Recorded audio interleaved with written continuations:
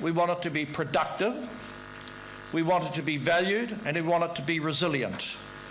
In here, we reflect the fact that the Crown will uphold its obligations in treaty settlements. Secondly, we will engage with the community and ensure that the guardrails are such that regions will not be blighted by the growth of the industry. But we are not going to be guilt-tripped.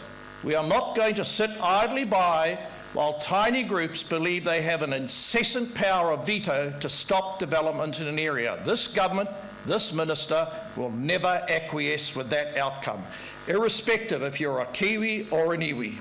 There were some buses that did U-turns and went away. And while we're standing here, making sure that people understand that Mr. Jones is not speaking for our community, we're standing beneath this.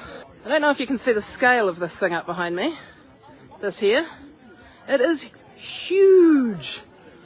And it is cunningly disguised as a paddock. It is actually a massive, massive, massive hill of toxic slurry from processing gold. If/when this thing is to rupture, it's going to go into the Ohenimuri and it'll end up out in Te Kapamoana, the Hauraki Gulf. And that'll affect everybody. There's so much at stake. It's a lot more than just money.